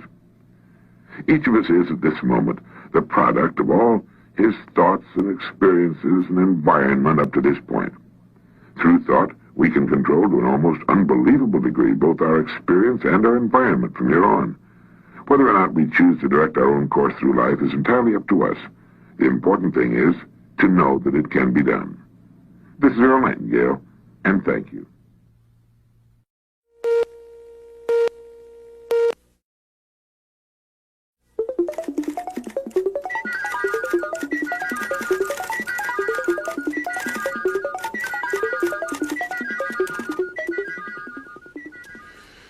Maybe you saw the news item some time back about a Canadian farmer who sold his Stradivarius violin for, I think it was in the neighborhood of $60,000. He sold it to the same New York City dealer he had bought it from many years before. The dealer paid him more for it than he had paid, and that's because, of course, the violin had appreciated in value over the years and because of the shrinking buying power of the dollar. But the farmer sold his precious violin by the world's most famous violin craftsman because, as he put it, I'm getting old and I have no children to leave it to. And by getting it back in the hands of the dealer, he knew that it would wind up with someone who would treasure it as he had. Antonio Stradivari, the Italian violin maker, lived from 1644 to 1737. That's 93 years at a time when the average lifespan was about 30. He worked alone, although later in his life his sons helped him. No committee advised him. No one made decisions for him. His tools were primitive, but that was not important. He put himself into his work. All the world's tools couldn't make up for that. When he was finished with an instrument, when he was sure that his work measured up to his own personal standards, he signed his name to it. And today, more than 200 years later, his name is a household word all over the world. Everybody's heard of Stradivarius, the Latin form of the name that he inscribed on his violins. Throughout history, there have always been men with similar standards of excellence. Authors such as William Shakespeare, artists like Leonardo da Vinci, craftsmen like furniture maker Thomas Chippendale and silversmith Paul Revere. Everything they did was done well, not because it had to be, but because they wanted it to be. They had only to please themselves, yet the products of their fertile minds and skillful hands are still collected and admired today. What is it that causes one person to take pride in what he does, while others give little or no thought to the quality of their work at all, do you know? Of course, when we talk about Stradivari or Da Vinci, we're talking about great geniuses, towering talents who found their media and became great in them. There have been many other fine violin makers and artists who took just as much pride and care in their work, but lacked the same quality of talent. There are even today many thousands of craftsmen who will not turn out shoddy work and who are proud to sign their names to their creations. They're in the minority, perhaps. They've always been in the minority. But the respect for quality never changes. It still commands the highest price. It's still revered wherever we find it. And the person creating it has gained for himself two precious assets. First, he's built the kind of security that lasts a lifetime. He need never worry about his income. And second, his work is a source of satisfaction and joy to him. He derives deep satisfaction from being an uncommon person. And now a moment for this message. People who set their own high standards to which they make themselves measure up lead enjoyable, exciting lives. Each task they begin is a fascinating contest to achieve their own standards of excellence. Thank you.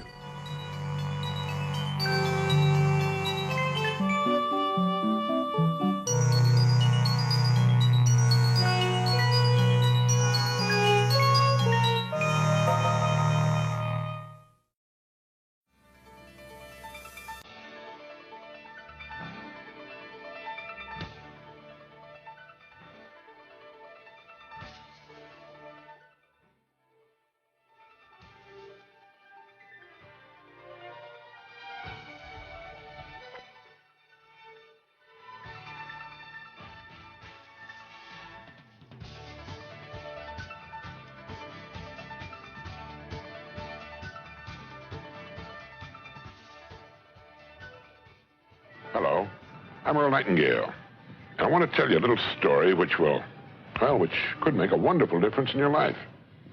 Now, if you already know about everything I'm going to say, you're a remarkable person, and according to the latest statistics, you belong to the top 5% of all the working people in the world. You're to be congratulated. If you don't know about the things I'm going to say, well, you've been holding yourself back, not only on the job, but you're also missing a big percentage of the greatest joy in life. I want to talk about your boss and your relationship with him. How you handle this relationship will determine your success or failure. It will determine how much money you make or do not make. And it will determine whether you're a happy person or an unhappy person. So let's talk about you and your boss. Who is your boss? You have only one.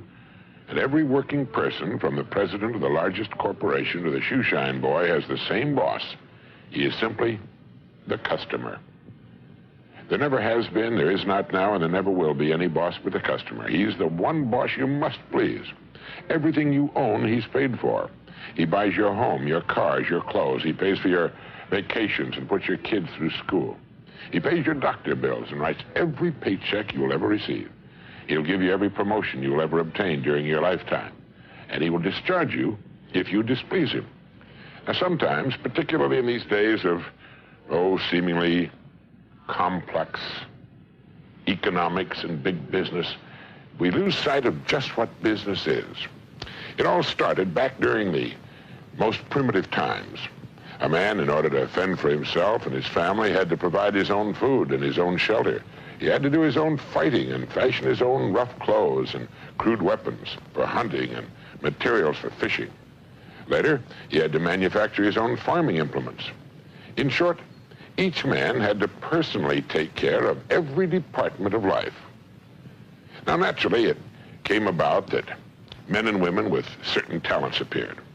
One was particularly adept at fashioning spears, another at fishing, another at hunting, another at making garments, and so on. And it was only natural that soon these individuals found that they could best spend most of their time in the pursuit of that which they were most talented at and trade their production for the production of others.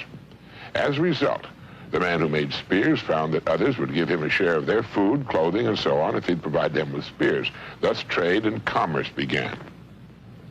Now, it's far more complex today, but still based on the same principle. A person's money is the result of his production, and he trades it for things he needs and wants. And it's here that logical discrimination comes into the picture. Now, since his money is the result of his work, it's left to his discretion where he spends it. And it's here that he assumes the role of boss. He will spend his money only with those whom he feels have earned it. And this is as it should be. You and I are exactly the same way. If someone treats you badly in any way, well, you instinctively feel that he hasn't earned your business, and you will withhold it from him. And our prosperity as individuals hinges directly on our attitude toward what we do for a living. The man who works on an automobile assembly line might not think much about the car at the point of sale, or about the family which will eventually buy and travel in that car. But that family pays his salary, and they will withhold the purchase of the car on which he works if it does not earn their respect and admiration. If you doubt this, even for a moment, think of the cars which once were popular and which can no longer be seen on the road. This applies to all products. Having earned a successful place in the economy should never be confused with keeping it. It must be earned every day, year in, year out. There's not a company that could not go out of business. Everything depends on how the boss is treated, the boss being the customer. And yet the customer is eminently fair, just as you are. He can be won back, and if he's treated with the importance he deserves, he can, in a few years, bring a lot of other people into your place of business. Now, let me tell you something you may not have thought about. If you got in your car and started driving across the country, you'd pass many thousands of businesses, from small restaurants, drugstores, grocery stores, and gas stations to great sprawling corporate complexes covering hundreds of acres and employing thousands of people. By simply looking at each one, you can tell how they're treating the boss. Did you know that your rewards are in exact proportion to your service? Well, that's right. We're paid exactly what we earn, but no more. And you can tell by looking at any business exactly what it has earned by seeing what it has. And it's the same with people. We get back exactly what we earn, but not a penny more. And this, again, is just the way it should be. A person might be underpaid for a while, but the scales of life balance eventually. And he will, in the end, receive just what he's earned. There are, of course, two ways in which we're paid for what we do. One is tangible in the form of money, and the other is intangible, but just as important. To many, it's more important. This latter form of payment comes in the form of inner satisfaction and in the form of joy as a result of accomplishment. It also comes in the form of satisfaction in position, in the standing it gives us. So each of us is paid in these two ways, money and satisfaction. There's a simple way to increase both of these forms of income, money as well as in inner satisfaction, and you'll be able to spend and feel the results. First, I want you to understand completely the great law which lies as the foundation of all life, business and personal. It is that our rewards in life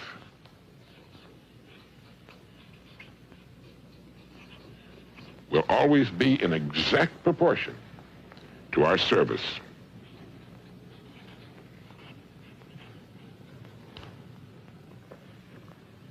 The more you think about this and observe people in business, the more you'll see the undeniable truth of it. Now try as best you can to estimate the proportion of your total ability you have been giving to your work. I don't think anyone gives 100%. I don't think it's possible to give 100%. Day in and day out, I know I don't. But estimate what you consider to be the percentage you have been giving to your work. Would you say it's been 30%, 50%? Anyway, try to decide. Now, since your rewards will be an exact proportion to your service, well, you can increase your income, both financially and from an inner satisfaction standpoint, simply by narrowing the distance between what you have been giving to your work and the 100%, which it may be said you could give under ideal conditions. Now, you don't have to ask for a raise. The income will appear of its own accord and at the right time. You may want to question this, but try to take my word for it. Now, the second point I want to make is this. If you begin to do your work better than you've ever done it before, you will immediately begin to receive incalculably more inner satisfaction. You'll also find what may have been a boring or uninteresting job will take on new meaning and interest. No matter what it is you do during the entire working day, try in every case to do a little more than you have to, more than you're being paid for, because unless you do more than you're being paid for now, you can't justify an increase in pay. And the third point I want to make is this. Each of us is interdependent. As I pointed out earlier, other people pay our salaries, buy our homes, clothe, feed, and educate our children. Therefore, we depend on others for our very lives, just as they depend upon us. Now, if we expect others to give us excellent service and fine products for the money we spend, doesn't it make good sense that we should treat them the same way? Every hour spent at our work should be spent in the attempt to give the best of which we're capable. A baker's dozen for the money our company's customers spend for our products and services, and with which our salaries are paid. A person who tries to get the maximum return for the minimum of effort is only kidding himself. Sooner or later, the scales will balance. They must, for that's the law, whether we like it or not. This kind of individual actually shrinks as a person, as a human being, and he has no real place in a dynamic and swiftly changing world. And the fourth point is to try each day to find some way in which the work you're doing can be improved. Now, here again, you're guaranteeing an increase in your income in both categories. We all know that the cynics will laugh at this. I know them, you know them. But I don't know one who could be said to be doing well, do you? I know lots of men and women who are at the top of their fields who live their lives every day in the way I've suggested. Rather than go along with someone who's never proved in his own life that he knows what it's about, I'd prefer to believe the one who said, "As ye sow, so shall ye reap." I feel, as I'm sure you do, that he was more qualified to speak than the know-it-all who's behind in his installment payments. Anyway, it's worth a test. If you follow my suggestion for the next year, you'll be a different person, living a rich, rewarding, and meaningful life. 4 things, all of them simple. 1, remember that our rewards in life will be an exact proportion to our service. 2, by giving your work a larger percentage of your capabilities and talents, you must increase your income substantially. 3, since our lives depend on others, treat others in every facet of your life exactly as you want others to treat you. If you expect others to give you excellent products and services for the money you and your family spend, then you should make certain that your job is handled excellently, since it's the money of others which pays your salary. 4, try to find some way every day in which your work can be improved. And above all, know your boss. He's the customer. Treat him with the respect, care, and courtesy and humor he deserves. Remember that he pays all of your bills every month. He will buy everything you will ever own. He may be, of course, crude, coarse, ignorant, selfish, conniving, and a thoroughgoing savage. He often will be. And here it's more important that you treat him with all the care and attention you can muster. If you don't, and if you permit his attitude to affect yours, you're admitting that he's the stronger person. If you respond the same way he conducts himself, you're admitting you're no better than he is. But most people are nice people. They're people like you and me who want to be liked, who want to get along, and who want to be friends. They have problems and sorrows of their own, of which we're not aware. And they have bad days and disappointments. Make sure that the time they're with you is a high spot in their day, and they'll want to come back, not just because of your company, but because of you. If you'll do these things for a year, you'll be surprised and delighted, and you'll find that you wouldn't live any other way for the world. If you're already living this way, you know what I mean. Thank you.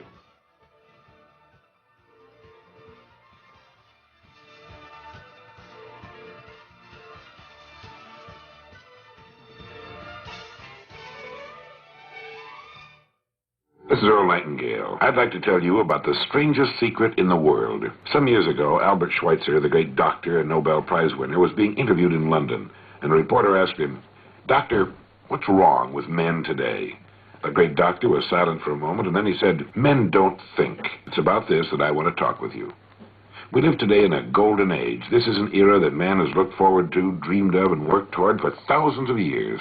But since it's here, we pretty well take it for granted. Ours is a land of abundant opportunity for everyone. But you know what happens? Let's take 100 men who all start even at the age of 25. If you asked any one of them if he wanted to be a success, he'd tell you that he did. And you'd notice that he was eager toward life. There was a certain sparkle to his eye, an erectness to his carriage, and life seemed like a pretty interesting adventure to him. But by the time these 100 men reach the age of 65, only 5 will have made the grade. Only 5 are successful. When we say only 5% achieve success, we have to define success, and here's the definition. Success is the progressive realization of a worthy ideal. If a man is working toward a predetermined goal and knows where he's going, that man is a success. If he's not doing that, he's a failure. Success is the progressive realization of a worthy ideal. Rollo May, the distinguished psychiatrist, wrote a wonderful book called Man's Search for Himself. And in this book he says, the opposite of courage in our society is not cowardice, it's conformity. A survey was made one time that covered a lot of men, working men, and these men were asked, why do you work? Why do you get up in the morning? 19 out of 20 had no idea. They simply said, everyone goes to work in the morning, and that's the reason they do it, because everyone else is doing it. And there you have the trouble today. It's conformity. People acting like everyone else without knowing why, without knowing where they're going. Now, we learn to read by the time we're 7. We learn to make a living by the time we're 25. Usually, by that time, we're not only earning a living, we're supporting a family. And yet, by the time they're 65, the great majority hasn't learned how to become financially independent in the richest land that has ever been known. Why? They conform. They're acting like the wrong percentage group, the 95% who don't succeed. Why do these people conform? Well, let's get back to our definition of success. Who succeeds?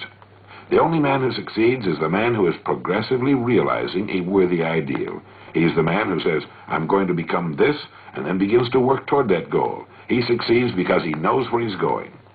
Think of a ship leaving a harbor, and think of it with a complete voyage all mapped out and planned. The captain and crew know exactly where the ship is going and how long it will take. It has a definite goal, and it will reach that goal. Now let's take another ship, just like the first, only let's not put a crew on it, or a captain at the helm. Let's give it no aiming point, no goal, no destination. We just start the engines and let it go. I think you'll agree with me that if it gets out of the harbor at all, it will wind up on some deserted beach, a derelict. It can't go anyplace because it has no destination and no guidance. And it's the same with a human being. I'll tell you who the successful people are.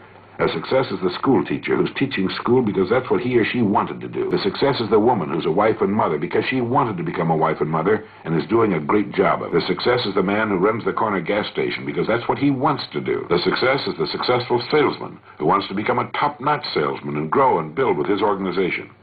A success is anyone who is doing deliberately a predetermined job because that's what he decided to do deliberately. But only 1 out of 20 does that.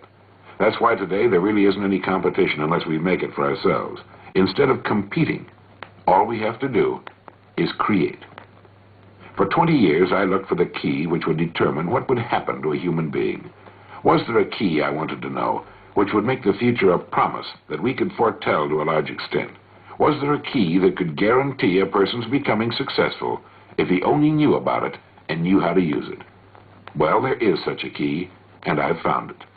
Here's the key to success and the key to failure. We become what we think about. Now let me say that again. We become what we think about. Throughout all history, the great wise men and teachers, philosophers and prophets have disagreed with one another on many different things. It's only on this one point that they're in complete and unanimous agreement. Buddha said, All we are is what we've thought about. Marcus Aurelius said, "A man's life is what his thoughts make of it." Disraeli said, "Everything comes if a man will only wait." I've brought myself by long meditation to the conviction that a human being with a settled purpose must accomplish it, and that nothing can resist a will that will stake even existence for its fulfillment. Ralph Waldo Emerson said this, "A man is what he thinks about all day long." William James said, "The greatest discovery of my generation is that human beings can alter their lives by altering their attitudes of mind." And George Bernard Shaw said, "People are always blaming their circumstances for what they are. I don't believe in circumstances. The people who get on in this world are the people who get up and look for the circumstances they want, and if they can't find them, make them." Well, it's pretty apparent, isn't it? We become what we think about. It stands to reason that a person who's thinking about a definite and worthwhile goal is going to reach it, because that's what he's thinking about, and we become what we think about. Conversely, the man who has no goal, who doesn't know where he's going, and whose thoughts must therefore be thoughts of confusion and anxiety and fear and worry, becomes what he thinks about. His life becomes one of frustration, fear, anxiety, and worry. And if he thinks about nothing, he becomes nothing. You see, the human mind is the last great unexplored continent on Earth. It contains riches beyond our wildest dreams. It will return anything we plant in it. Now, you might say, but if that's true, why don't people use their minds more? Why don't they till their fertile mental soil? We have the answer to that, too. Our mind comes as standard equipment at birth. It's free, and things that are given to us for nothing we place little value upon. Things that we pay money for, we value. The paradox is that exactly the reverse is true. Everything that's really worthwhile in life came to us free. Our minds, our souls, our bodies, our hopes, our dreams, our ambitions, our intelligence, our love of our families and children and friends. All these priceless possessions are free. But the things that cost us money are actually very cheap and can be replaced at any time. A good man can be completely wiped out and make another fortune. He can do that several times. Even if our homes burn down, we can rebuild them.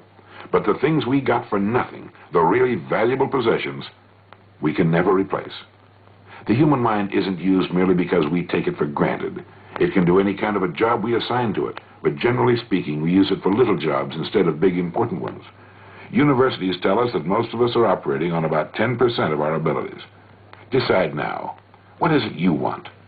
Plant your goal in your mind. Give yourself direction and a destination. It's the most important decision you'll ever make in your life. You see, the very law that gives us success is a two-edged sword. We must control our thinking. The same rule that can lead a man to a life of success, wealth, happiness, and all the things he's dreamed of for himself and his family, that very same law can lead him into the gutter. It's all in how he uses it, for good or bad. This is the strangest secret in the world. Remember these words from the Sermon on the Mount, and remember them well. Keep them constantly before you. Ask, and it shall be given you. Seek, and ye shall find. Knock, and it shall be opened unto you.